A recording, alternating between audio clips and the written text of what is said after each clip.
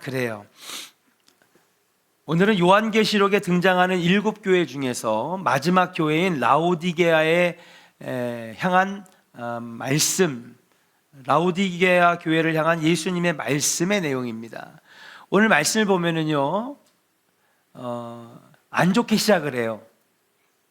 뭐라고 하느냐? 아주 예수님이 혹독하게 야단을 치고 계십니다. 책망을 쏟아내고 계셔요. 도대체 라오디게아 교회는 무엇을 그렇게 잘못했길래 예수님께 꾸중을 듣고 있을까? 우리 16절의 말씀을 한번 같이 읽어보겠습니다. 같이 읽어요. 시작. 내가 이같이 미지근하여 뜨겁지도 아니하고 차지도 아니하니 내 입에서 너를 토하여 버리리라. 아멘. 예수님께서 토해버리시겠다고 말씀하십니다. 입에 넣었는데 못 먹은 것처럼 뱉어버리겠다고 하시는 겁니다. 이들에게 문제가 무엇이었을까요? 한마디로 미지근하다는 것입니다. 뜨겁지도 차지도 않다고 경고하고 계십니다. 19절의 말씀을 보면 물은 내가 사랑하는 자를 책망하여 징계하노니 그러므로 내가 열심을 내라 회개하라 그렇게 말씀하고 있어요. 여러분, 라오디게아 교회와 성도들이 이 예수님의 꾸중을 들었을 때 과연 어땠을까? 아마도 많이 섭섭했을 겁니다. 우리도 나름 열심히 신앙생활을 했는데 왜 이렇게 꾸중하시지? 왜 책망하시지? 섭섭함을 토로했을 거라고 생각이 들어요. 그러나 오늘 19절의 말씀처럼 우리는 알아야 됩니다. 물은 내가 사랑하는 자를 책망하여 징계하노니. 아직 사랑하기 때문에 책망도 하고 꾸중도 하고 잘못도 질책을 한다는 것입니다. 우리가 뭔가 징계를 받거나 아니면 뭔가 하나님의 꾸중을 듣거나 뭔가 내가 돌이켜지기를 원해서 하나님 뭔가 시련을 주실 때 아직 하나님이 나를 포기하지 않으셨구나. 우리가 오전에도 고난과 위기를 얘기했지만은 신앙생활을 하고 있는 가운데에 그런 마음이 있을 때가 있어요. 주님이 나를 책망하시는구나.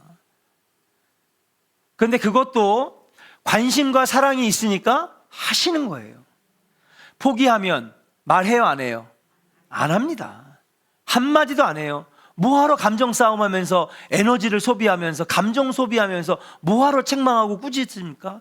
관심이 없는데, 사랑이 다 식어졌는데, 사랑하니까 징계도 주시고 꾸중도 주시고 책망도 주시는 것이지요. 우리가 징계를 받아도 하나님이 여전히 우리를 사랑하고 계신다고 믿는다면 그때 우리는 돌이킬 수 있습니다. 기회가 있는 겁니다. 그런데 하나님께서 멀리 떨어져 있는 사람은 회개할 기회마저 없는 것입니다. 그러니까 내가 아직 너희들을 사랑하니까 지금 이렇게 책망하는 거 아니겠니? 그러니 19절의 말씀처럼 너희는 회개하라. 열심을 다시 내라. 사랑하는 여러분, 우리 조은의 성도들이 다시 열심을 내고 또 하나님 앞에 범죄한 것들이 있으면 하나님과 하나님 앞에 회개하여 주님과 더 가까워지는 성도들 되시기를 주의 이름으로 간절히 축원합니다. 우리 한번 옆 사람에게 축복합시다. 하나님은 당신을 여전히 사랑하십니다. 할렐루야. 저는 예전에 서정달 목사님이 그렇게 교인들 야단치는 걸 보면서 참 신기했어요. 조원교회 성도들은 이 정도 화가 나면 다 기분 나빠가지고 다 교회 나가야 되는데, 교회 한 명도 안 앉아 있어야 되는데 여전히 앉아 계시단 말이지. 이해를 못했어요. 근데 보니까 사랑도 하니까 야단도 치는 거지. 포기하면 말해요, 안 해요? 안 하는 거예요. 성도들이 나중에 얘기를, 증언을 들어보면 그래도 우리 목사님 사랑이 있었어요. 사랑이 있었어요. 사랑이 있으니까 책망도 하는 거지. 미지근하다는 것은 과연 무슨 의미일까? 미온적이라는 뜻입니다. 열의와 열성이 없다는 것입니다. 마음에 내키지 않은 상태로 어정쩡하게 살아가고 있다는 뜻입니다. 미지근한 믿음의 상태란 어떤 상태일까요? 믿기는 하는데 신앙의 즐거움이 없는 상태. 예수님을 나의 자랑으로 여기지 아니하고 십자가를 자랑으로 여기지 않는 상태. 습관과 같은 신앙생활, 감동 얻는 예배로 교회를 그냥 무표정하게 빠져나가는 그런 신앙생활, 그것이 아마 미온적이고 미지근한 신앙생활이 아니겠는가. 그런 이들을 향하여 예수님 말씀하십니다. 우리 다시 19절 다시 한번 읽어보겠습니다. 시작. 물은 내가 사랑하는 자를 책망하여 징계하노니 그러므로 내가 열심을 내라 회개하라. 아멘. 미지근한 신앙 상태에서 벗어나고 싶다면은 다시 열심을 내서 하나님 앞에 회개하라, 가슴에 열심을 품으라 말씀하시는 겁니다. 주님이 이렇게 말씀하시는 거예요. 내 속에 어느 순간 열정이 사라졌구나. 내 가슴이 더 이상 뜨겁지 않구나. 그 이유가 무엇인지 생각해 봤느냐. 마음의 열정도 없고 신앙도 활력도 다 잃어버렸구나.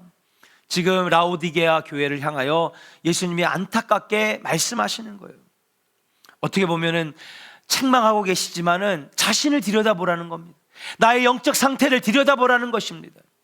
사랑하는 여러분, 이번 사순절에 여러분 우리 기도하다가 새벽에 특별 새벽 기도에 기도하다가 여러분 예배 때마다 하나님을 찾다가 나의 신앙 상태를 여러분 분명하게 확인하고 하나님 앞에 더 가까이 나가는 여러분들 되시기를 주의 이름으로 간절히 축원합니다. 이렇게 미지근해졌다, 열정을 잃어버렸다,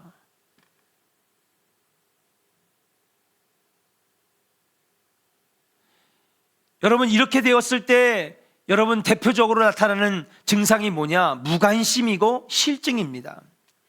여러분 사랑하는 연인들, 여러분 너무 사랑해서 결혼하지 않습니까? 근데 어느 날부터 사랑이 식어갑니다.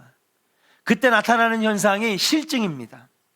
서로 귀찮아하고 지루하게 여깁니다. 네가 해. 당신이 하라니까. 자꾸 미루는 거죠. 그러면서 짜증을 내기 시작하고 언제 우리가 사랑했는지조차 잊어버리고 살게 되는 것입니다. 학생들이 공부하는 열정을 잃어버리면 어떻게 될까요? 호기심도 사라지고 배우는 기쁨도 사라지는 것입니다. 선생님들이 학생을 가르치는 열정을 잃어버리면 어떻게 될까요? 학생들은요, 선생님을 더 이상 바라보지 않습니다. 공무원들이 열정을 잃어버리면 어떻게 될까요? 여러분, 세상 사람들이 어떻게 살든 관심이 없어요. 국민을 위해 세워낸 공무원들인데 그들이 열정을 잃어버리면요, 그저 자리 지키기에만 급급한 사람이 되는 것입니다. 그렇다면 그리스도인이 신앙의 열정을 잃어버리면 어떻게 될까? 거룩하신 하나님 앞에 나와 예배드리는데도요, 가슴속 두려움과 떨림이 사라지고 맙니다. 그분께 기도를 하는데도 다른 사람의 시선과 칭찬에만 연연하게 됩니다.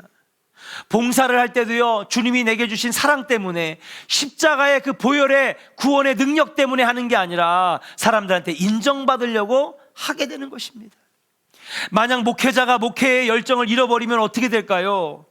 목사가 말씀을 증언하는 열정을 상실하면 자기 자신만을 위한 목회를 하기 시작합니다. 교회와 교단의 정치판에 들어가 자기의 이름을 드러내고 한 자리 차지하려고 하는 욕심에 사로잡히게 됩니다. 여러분, 기독교는 어떤 종교입니까? 열정의 종교입니다. 한번 따라합시다. 기독교는 열심의 종교, 열정의 종교입니다. 여러분, 세상 어디에 모든 종교를 찾아봐도 이렇게 열심히 있는 종교는 없어요. 믿음이란 무엇이냐? 기독교 신앙이란 무엇이냐? 한마디로 말하면 너는 마음을 다하고 뜻을 다하고 힘을 다하고 내 목숨을 다해 주 여호와 하나님을 사랑하라. 이게 기독교 핵심 아닙니까? 마음을 다하고 뜻을 다하고 정성을 다하고 여러분 목숨을 다해서, 이게 뭡니까? 열정이죠. 열정, 열심입니다. 열심. 기독교 신앙을 가지고 있는 사람은 그렇기 때문에 열정과 열심을 빼놓고는 설명할 길이 없는 거예요. 아니, 왜 저렇게 교회 다니는 사람들은 왜 이렇게 시끌벅적해? 왜 이렇게 유난스러워? 왜 이렇게 시끄러워? 그게 여러분, 손가락질하고 부끄러워하지 마세요. 그게 제대로 신앙생활 하는 겁니다. 그런 말에 여러분 휘둘리지 마세요. 부러워서 그런 겁니다.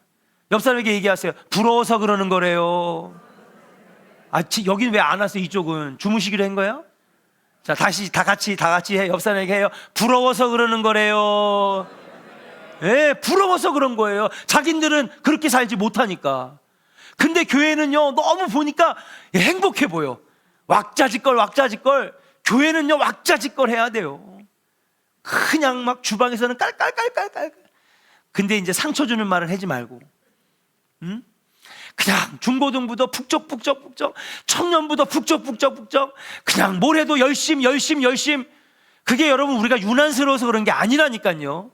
그게 제대로 된 신앙생활하는 증거라는 거예요. 왜? 주님 말씀하셨거든요. 너 신앙생활 어떻게 할래?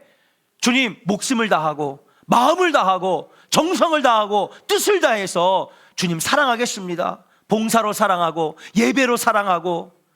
그 여러분 부흥하는 교회를 가보면요, 기도 소리가 어마어마하고요, 예배에 막 열정이 있고요, 막 찬양을 부르면은요 시키지도 않았는데 막 일어나가지고 막 손들고 찬양하고요, 열정이 있는 거예요. 열정이 있는 거예요. 저는요 우리 조원교회 성도들이 열정 있는 크리스찬 되었으면 좋겠습니다. 여러분 우리 조원교회 성도들이 열심 있는 성도 되기를 주의 이름으로 축복합니다. 오늘 헌신하시는 사여선교회 열심과 열정이 넘쳐나는 여성교회 되기를 주의 이름으로 간절히 축원합니다. 그래서 오늘 옷도 맞춰 입고 오셨잖아요. 이번에 새로 사셨어요? 아니에요? 옛날에 산 거? 이게 아무나 하는 게 아니거든요. 열심히 있으니까 하는 거지. 그렇잖아요.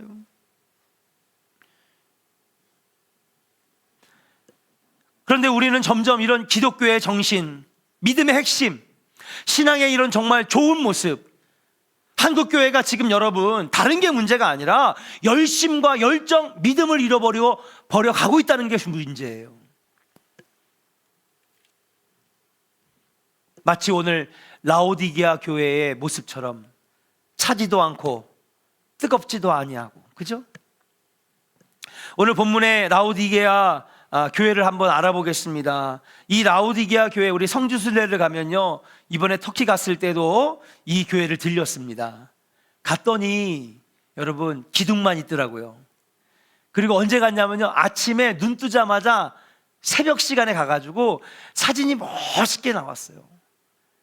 그걸 올려줄 걸 그랬나 보다. 우리 성지순례 갔던 그 사진. 저 뒤에서 산 위에서 해가 확 뜨는데 기둥에만 이렇게 해가지고 우리가 현수막으로 사진을 찍었습니다.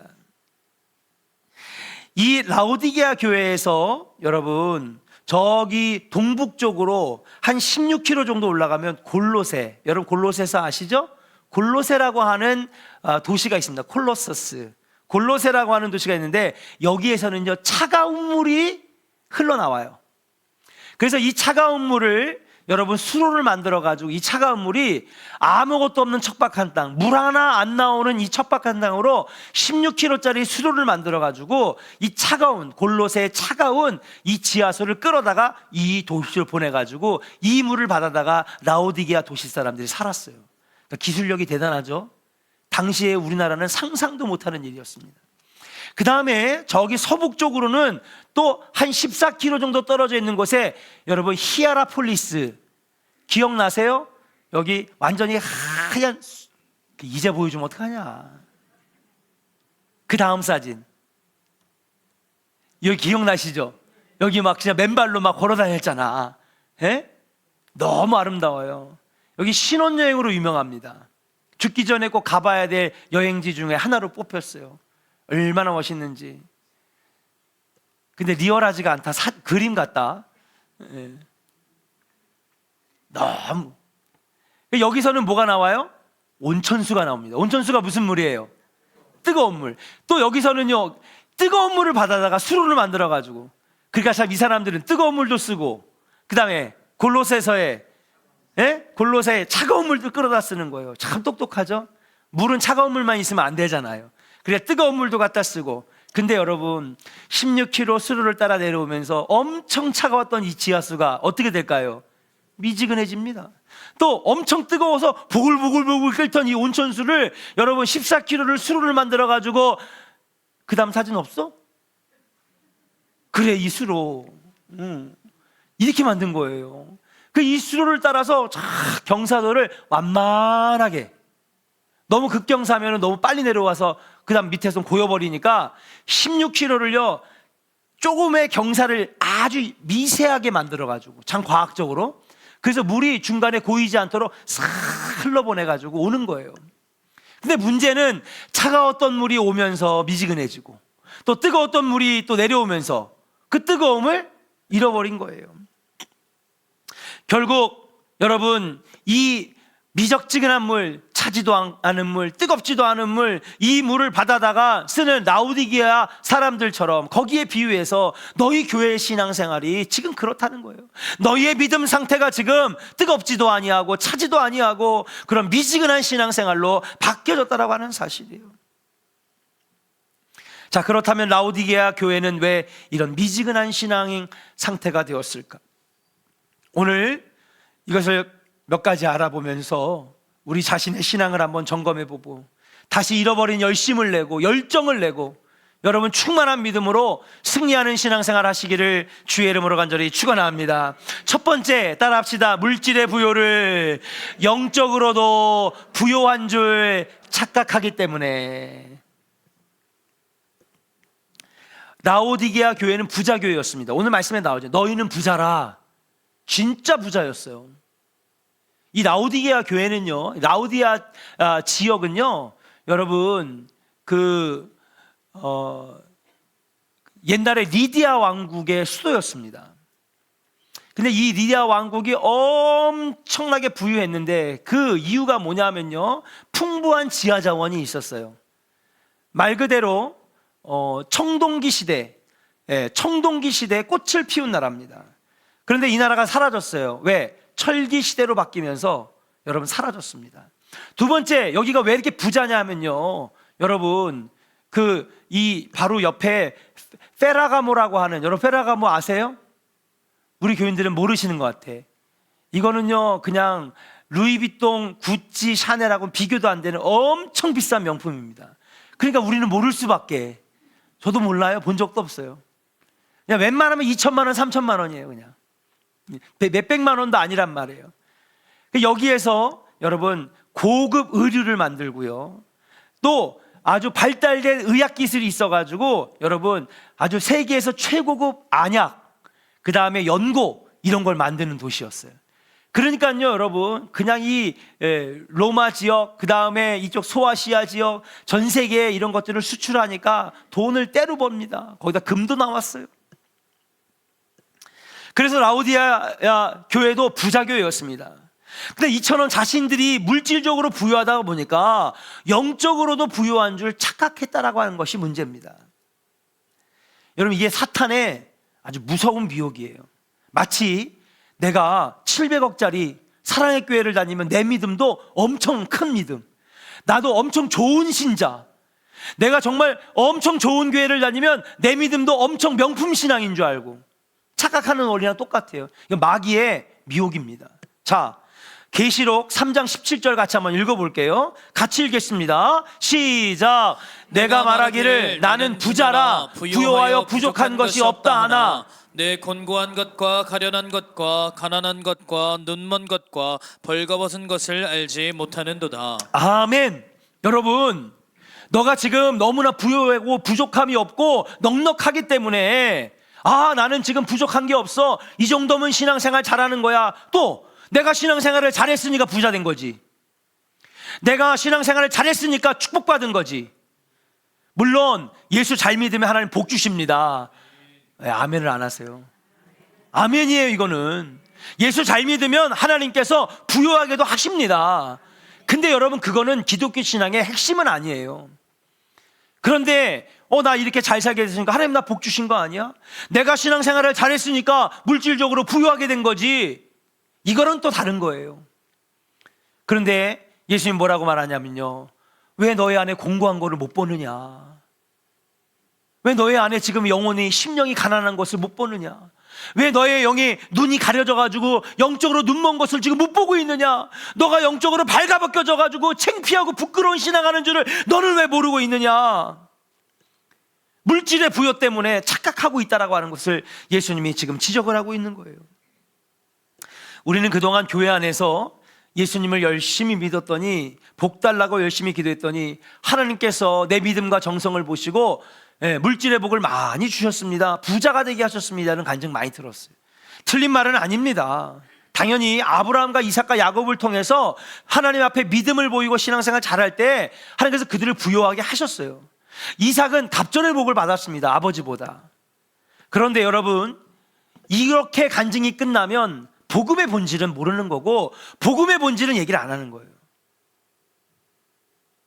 진짜 복은 하나님이 나를 얼마나 사랑하시는지, 내가 하나님의 자녀로 살면서 영적으로 풍요하고 여러분 내 마음에 평안과 기쁨과 감사가 날마다 넘쳐나는 그런 삶을 살고 있음을 진짜 축복이라고 하는 것을 여러분 말해야 되는데, 옛날엔 그냥 열심히 신앙생활 했더니 부자 됐습니다, 이렇게만 간증을 하니 사람들에게 착각이 일어나게 되었다는 것이죠. 사랑하는 여러분, 우리는 오늘 분명히 알아야 됩니다. 복음의 본질은 예수님 한 분을 얻기 위해 내 모든 것까지도 내어놓는 것, 그게 여러분 복음의 핵심이고 신앙의 핵심이에요.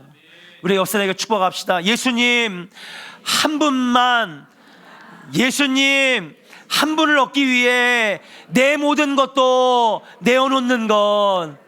예. 니고데모에게 얘기하잖아요.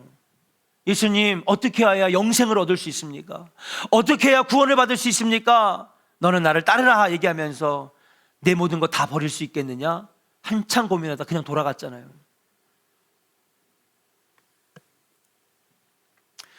복음의 본질은 예수님 한 분을 얻기 위해 내 모든 것, 심지어는 목숨까지도 내려놓는 것입니다. 그래서 주님께서 말씀하셨어요. 누구든지 나를 따라오려거든 자기를 부인하고 자기 십자가를 지고 나를 따르라. 예수님 안에 있는 하늘에 속한 영생과 신령한 복을 누리게 되는 것입니다. 그러므로 참 부자는 예수님 한 분만을 소망하고 의지하면서 사는 것, 이것이 진짜 하나님 앞에서 진짜 부자라고 하는 거예요. 부요한 자라는 거예요. 진짜 부요한 자는 하나님 다 필요 없어요. 하나님 한 분만 있으면 됩니다. 아버지가 모든 것을 소유하시는 분인데 아버지 한 분만 있으면 됩니다. 그럼 주시기도 하고 가져가시기도 하고 내려주시기도 하고 가져가시기도 하고, 이렇게 예수님 안에 살면서 하나님 한 분만 있으면 됩니다. 여러분, 그런 절대적인 신앙으로 살아가는 것이 복음의 본질이고 참 축복의 인생이라고 하는 것이에요. 그런데 왜 우리가 이렇게 세상의 복에 목이 말라서 여러분 안절부절 못하는 신앙생활을 하게 됐을까? 오늘 설교를 어제 준비하면서 성도들에게 미안하더라고요. 오늘 오전 설교도 그렇고 오후 설교도 그렇고 그냥 여러분들의 생각을 너무나 다 깨버리는 것 같아가지고 너무 설교 준비하면서도 미안했는데, 그래도 어떻게 해요? 제대로 전해야지. 지금까지 주의 종들이 성도들이 좋아하는 복음만 전해서 그래요. 왜? 아멘도 크거든요. 예, 반응도 금방금방 오고요, 리액션도 좋고요. 디모데후서 4장 3절을 한번 같이 읽어볼까요? 같이 읽겠습니다. 시작. 때가 이르느니 사람이 바른 교훈을 받지 아니하며 귀가 가려워서 자기의 사욕을 따를 스승을 많이 두고. 4절에 보니까 또 그 귀를 진리에서 돌이켜 허탄한 이야기를 따르리라, 그렇게 말하고 있어요.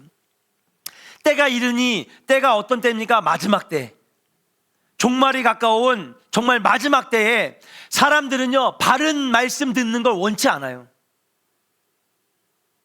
들으면 가슴이 아프고 죄책감이 들고 회개하게 되는 말씀은 웬만하면 안 듣고 싶어. 귀가 가려워가지고요 자기의 사욕을 따를 스승을 많이 두고 자기의 욕심을 채울 만한 얘기를 해주는 사람만 따르는 겁니다. 그래서 저는요 인기가 없어요. 그죠? 내가 봐도 별로 인기가 없어. 아멘을 안 하시니까 감사해요.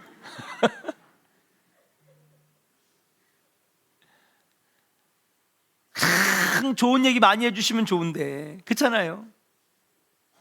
마지막 때가 되면요 사람들이 내 가려운 귀를 긁어줄 목사, 즉 내 욕심을 채워줄 수 있는 여러분 복음을 전하는 사람만 따른다는 거예요. 근데 진리의 말씀을 듣지 않을 거라고 얘기를 하고 있습니다. 이게 저의 말이 아니라 예수님의 말씀, 하나님의 말씀이에요. 이런 거짓 복음을 들어왔기 때문에 부자가 되어 잘 먹고 잘 살고 있으면은 내 믿음도 좋을 것이다 라고 우리가 착각을 하게 되는 것이죠. 근데 예수님께서는 말합니다. 너의 영혼이 비참하기 짝이 없다. 너가 너무나 가난하고 너무나 영적으로 발가벗어서 부끄러기 그지없구나. 너는 영적으로 눈이 어두워 보지 못하고 영적으로 귀가 어두워 정말로 너는 듣지 못하는구나. 사랑하는 조은혜 성도 여러분, 우리 신앙생활 하면서 착각하지 않기를 주의 이름으로 간절히 축원합니다. 신앙생활 하다가 부자가 될 수도 있고요, 또 어려움 당해 있는 것도 다 없어질 수도 있어요. 그러나 그것은 여러분, 여기에 우리 신앙생활이 흔들리면 안 됩니다. 당연히 위기와 고난이 오면 오늘 오전의 말씀처럼 당황하게 돼 있고 비난할 대상을 찾고 왜 이렇게 되었을까 원망과 불평을 쏟아내는 게 사람의 본성이겠죠. 그러나 그럴 때에 아니야, 하나님은 부하게도 하시고 가난하게도 하시고 주시기도 하시고 가져가시기도 하시는 분인데, 잘 될 때가 있으면 없을 때가 있고, 또 지금 신앙생활하면서 없을 때가 있으면 하나님이 부어주실 때도 있을 거야. 믿음 가지고 선포하는 여러분들 되시기를 주의 이름으로 간절히 축원합니다. 착각하면 안 돼요. 난 지금 사업도 잘 되고 돈도 많이 벌고 다 형통하니까 나는 믿음이 좋아서 하나님이 나에게 복 주신 거다? 아닙니다. 근데 이 라오디게아 교회는 왜 미지근한 신앙이 됐느냐? 이러한 신앙에 착각이 있었기 때문에 그래요. 특별히 오늘 헌신하시는 사요선교에게 이러한 오해가 없기를, 이러한 착각이 없기를 주의 이름으로 간절히 축원합니다. 우리 한번 옆 사람에게 축복할까요? 착각하지 말고 신앙생활 합시다. 할렐루야. 사랑하는 여러분 안에 정말로 잃어버린 열정이 다시 회복되고 하나님을 다시 만나는, 그래서 여러분 진짜 부요한 것이 어떤 것인지를 온전히 아는 성도 되시기를 주의 이름으로 간절히 축원합니다. 진짜 부요한 인생은요, 여러분 영적으로 충만한 인생, 하나님의 영이 나와 함께 하시고 성령이 내 안에서 충만해가지고 성령이 인도하심 따라 살아갈 때에 여러분 물질적으로는 좀 부족해도, 건강적으로는 좀 부족해도 영적으로는 충만한 인생, 구원의 확신이 있는 인생, 하나님이 나와 함께 하시고 동행하신다라고 하는 사실을 믿는 인생이 진짜 부요한 인생이라고 하는 거예요. 이 신앙이 여러분 안에 있기를 주의 이름으로 간절히 축원합니다. 두 번째, 라오디게아 교회는 왜 이렇게 미지근한 신앙이 되었을까? 따라합시다. 예수님을 마음 문 밖에 두고 있기 때문에. 지금 라오디게아 교회 신앙이 미지근한 이유는요, 예수님을요 마음 문 밖에 내버려 두고 있기 때문에 그래요. 쉬운 말로 하면 예수 없이 종교 생활하는 겁니다. 그러니까 우리가 신앙생활을 하는데 예수님과는 전혀 상관없는 신앙생활, 하나님 말씀과는 전혀 상관없는 신앙생활, 쉽게 말해서 신앙생활이 아니라 종교생활을 하기 때문에 그래요. 예수님은 절대로 억지로 문을 여시는 분이 아닙니다. 야, 내가 너 들어갈게, 주님이 억지로 문 따고 들어오시는 분이 아니에요. 내가 문을 열어야 주님이 들어오신다고 그러십니다. 이게 저의 말이냐? 아니에요. 오늘 20절에 가르쳐주고 있어요. 같이 한번 20절 읽어보겠습니다. 20절 시작. 볼지어다 내가 문 밖에 서서 두드리노니 누구든지 내 음성을 듣고 문을 열면 내가 그에게로 들어가 그와 더불어 먹고 그는 나와 더불어 먹으리라. 아멘. 예수님께서 문 밖에 서서 마음의 문을 두드리고 계십니다. 제발 마음의 문을 좀 열어라. 영의 문을 좀 열어라. 기도의 문을 좀 열어라. 그러면 내가 너 안에 들어가서 너와 함께 먹겠다 말씀하시는 겁니다. 그럼 왜 주님은 먹겠다고 말씀하시느냐? 이때 고대 근동, 중동 시대에 이쪽 사람들은요, 함께 가장 친밀한 관계를 맺는 방법이 바로 먹는 거였습니다. 지금도 그래요, 안 그래요? 지금도 그러죠? 뭔가 이 사람하고 가까이 지내려면 밥 한 끼 해요. 장로님, 우리 같이 한번 밥 한 끼 해요. 권사님, 속장님, 우리 같이 밥 한번 먹어요. 아니, 왜 목사님은 쓸데없이 교구 모임 만들어가지고 같이 밥 먹게 만들고, 왜 하겠어요? 밥 먹는 것이 친밀한 교제를 만드는 제일 좋은 수단이니까.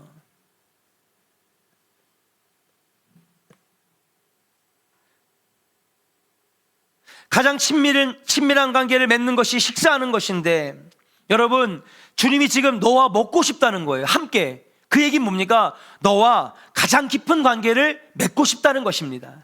하나님은 지금 여러분 문 밖에 서서 두드리시면서, 야, 내가 좀 너한테 들어가고 싶은데 마음의 문 좀 열어주겠니? 내가 너랑 들어가서 함께 먹고 마시고 뭡니까? 깊은 사랑의 관계를 만들고 싶어 하시는 거예요. 문제는 나에게 있는 것이.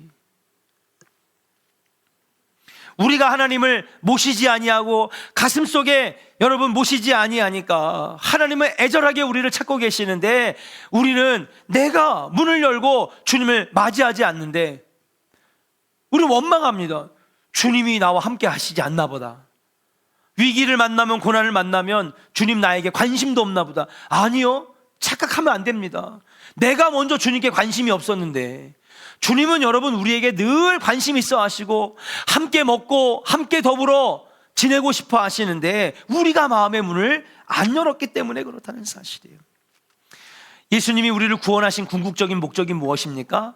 우리 안에 들어오셔서 사랑의 교제를 하기를 원하시기 때문에 우리를 구원의 길로 인도해 주셨는 줄로 믿습니다.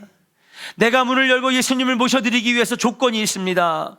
무엇입니까? 그것은 내 모든 소유를 팔아 예수님을 사야 한다는 것입니다.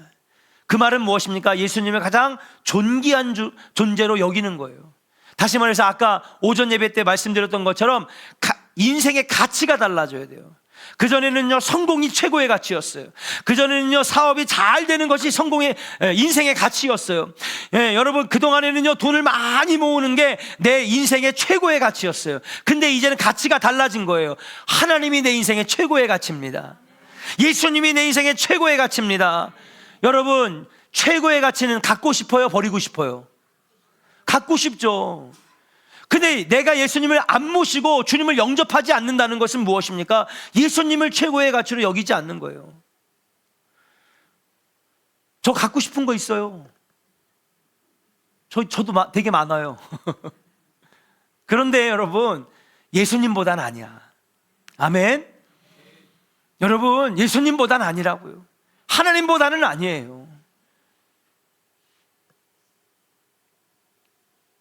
사랑하는 여러분, 예수님이 여러분과 저의 삶의 전부가 될 수 있기를 주의 이름으로 간절히 축원합니다. 그래야 예수님이 최고지. 하나님과 함께하는 인생이 최고지. 그러니까 얼른 내 인생에 모셔야지.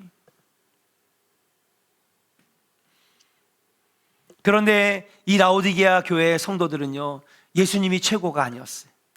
예수님이 그들에게는 최고의 가치가 아니었습니다. 그러다 보니 어느샌가 점점 차지도 아니한 신앙, 뜨겁지도 아니한 신앙으로 바뀌어지게 되었다라고 하는 사실이에요.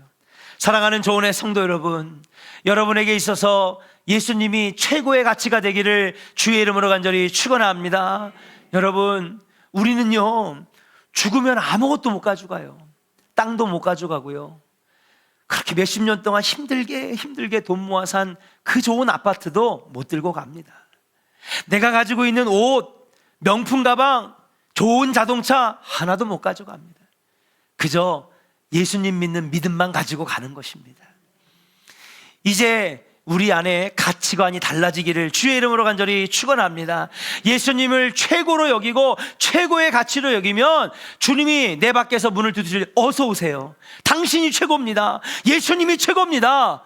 그렇게 주님을 내 안에 모시면 잃어버린 열정이 회복이 되고 잃어버린 믿음이 회복이 되고 놀라운 신앙생활이 열려지게 될 줄로 믿습니다. 사랑하는 성도 여러분, 오늘 헌신하시는 사요선교회 여러분, 지금 내가 넉넉하게 되었고 모든 것이 부족함이 없게 되었다 할지라도 그것은 신앙생활을 잘하고 있는 복받은 증거는 아니란 사실이에요. 진짜 부요함은 무엇입니까? 영적인 부요함. 성령이 내 안에서 충만하고 하나님이 나와 함께 계시고 영적으로 충만해서 날마다 기쁨으로 하나님 앞에 예배하는 그 신앙생활, 이게 진짜 하나님 앞에 부자인 것입니다. 우리가 영적으로 충만하여 예수님과 친밀한 관계를 맺어서 주님이 나와 함께, 내가 주님과 함께, 주님이 내 안에, 내가 주님 안에, 그와 더불어 먹고 마시며 사랑의 관계를 맺는 것, 이것이 바로 축복이고 이것이 바로 부요함인 줄로 믿습니다. 오늘 여기 부자들도 계실 거예요. 너무 섭섭해하지 마세요. 그리고 너무 아쉬워하지 마세요. 부자면 좋은 거죠. 또 그 돈을 유익하게 영광을 했으면 좋은 겁니다. 또 그렇다고 돈이 없거나 물질적으로 부족하다고 여러분 너무 낙심하지 마세요. 그게 하나님 앞에 기준은 아닙니다. 하나님 어떤 거 보시냐? 영적인 충만함을 보시는 것이고, 하나님 어떤 것을 보시냐? 영적인 부여함을 보시는 것이고, 하나님 어떤 것을 보시냐? 믿음으로 충만한 것을 보시는 것입니다. 하나님의 기준은 그거예요. 우리가 자꾸 세상에 잣대를 들이대면서 부자 됐으니까 나는 성공하고, 나는 복을 많이 받은 사람, 나는 믿음 생활 잘했으니까 복을 받은 사람, 아닙니다. 지금 넉넉하게 되었고 모든 것이 부족함이 없게 되었다 할지라도 영적인 부요함과는 다른 것이라고 하는 것을 우리는 알아야 됩니다. 우리가 영적으로 충만하여 예수님과 친밀한 관계를 맺을 때에 우리 신앙은 복되고 감격이 있고 기쁨이 있고 충만이 있는 신앙생활이 되는 것인 줄로 믿습니다. 지금 문 밖에 서서 주님이 여러분들의 마음을 두드리고 계세요. 야, 난 너랑 동행하고 싶다. 난 너와 더불어 먹고 마시며 사랑의 관계를 맺고 싶다. 좀 더 깊은 관계를 맺고 싶다. 이제 그분을 모시며 사시는 우리 조원의 성도들 사요선교회 되기를 주의 이름으로 간절히 축원합니다. 이제 우리의 신앙생활은요, 여러분 정말로 주님과 함께 동행하면서 여러분 차지도 아니하고 여러분 뜨겁지도 아니한 신앙이 아니라 다시 잃어버린 신앙의 열정을 회복해서 여러분 진짜 시끌시끌하고 여러분 정말 기쁨이 넘치는 그런 신앙생활을 여러분 해 나가야 된다라고 하는 사실이에요. 오늘 여러분을 축복합니다. 잃어버린 신앙의 열정, 하나님이 축복하시는 믿음의 주인공들이 다 되기를 소망하면서 라오디게아 교인들이 했던, 그들이 여러분 가졌던 이 미지근한 신앙을 얼른 버리고 신앙의 오류와 착각들을 얼른 내려놓고 다시 잃어버린 열정을 회복하여서 여러분 믿음으로 승리하고 영적인 부여함으로 나가는 우리 조원의 성도들 되시기를 주의 이름으로 간절히 축원합니다. 우리 이 시간에 함께 찬양할 텐데요, 찬양하고 기도할게요. 다시 일어나 라는 찬양인데, 하나님 그동안에 나도 모르게 어느새 내 신앙이 미지근해졌습니다. 내 신앙이 차지도 않고 뜨겁지도 않은 신앙으로 변해버렸습니다. 하나님, 그러면서 내가 착각하면서 신앙생활했습니다. 하나님, 이제 나의 신앙생활의 착각을 다 내려놓게 하시고 다시 잃어버린 뜨거운 열정 회복하게 하여 주시옵소서. 많은 영적인 부요함으로 나아가게 하여 주시옵소서. 영적으로 충만한 신앙생활 하기를 간절히 소망합니다. 우리 같이 찬양하고 통성으로 기도하겠습니다.